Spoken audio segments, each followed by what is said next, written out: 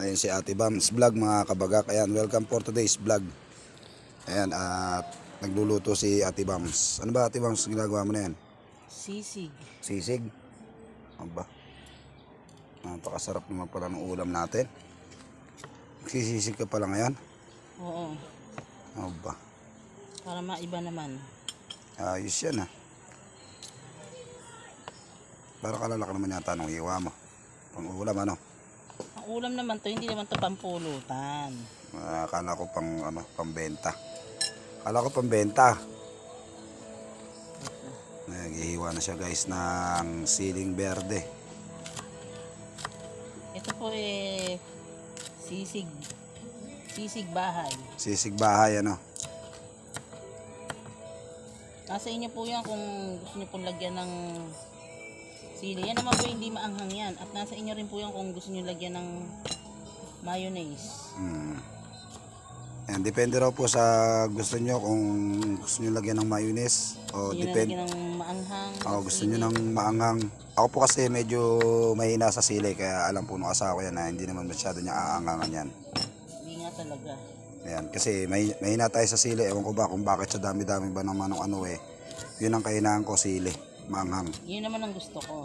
Kayo kasi nung parang may sumusundot-sundot sa dila ko tsaka sa bibig ko na parang maanghang, nagiinit. Yun po kasi yung anong sili, di ba? Yung nagiinit, ano? Sarap yan. Ayan po yung lutong, sisig ng bahay. Ayan, pang ulam lang. Sisig ng bahay ni Ate Ba. Sisig ng bahay ni Ate Bams Vlog. Ayan, pakipollow nyo na rin si Ate Bams Vlog sa kanyang Facebook page. Ayan, napakasarap niyan guys. Siyempre, Medyo maangang na yung sili na yan kasi magulang na eh. hindi nga pipigain yan, boy bagak. Sigurado na mapipiga na dyan yung pagka May mga asawa ko. Sabi mo. Pwede. Pwede ah. Sabi ko sa'yo. Masarap ah. Gusto mo ba may mayonnaise? Ikaw na ba masarap eh? Hindi, testing muna naman natin dito kung Kahit ano basta luto mo masarap yan. Siyempre hindi naman natatangga yan. man natin. Sarap ng sisig guys. Mas sumarap pa. Pag may mayonnaise, nga saw-sama. Patikim. Pag masarap eh, lagyan mo pa. Ang pakasarap ng sisig pala ng bahay. Luto ni Ate Bams.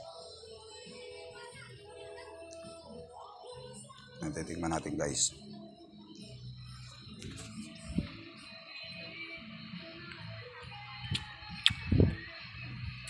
Sarap. Sarap nga. Sabi ko sa'yo eh. Ito yung ating ulam.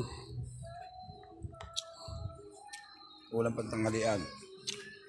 Sisig. Gusto ko na kumain kaso wala pang kanin. Ano yun ah? Sarap. Pinapera mo na naman yan eh. Sarap Ate Bams. Yan po yung ulam namin ngayon guys, sisig. Sisig ni Ate Bams Vlog. Sarap oh. Pwedeng pang ulam, pwedeng pang pulutan. Kumain ka na naman. Hindi, depende nga sa gusto nyo yan. Pampulutan, pang ulam.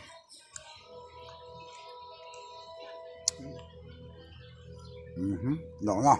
Sarap. Gusto ko na rin, namawala tayo ulam. Wala, maraming salamat po sa inyo. At huwag niyo po kalimutan na mag-like and share at paki-comment lang rin po sa aming video ito at paki-follow na rin po ako sa aking Facebook page. Yan, peace out mga kabagak.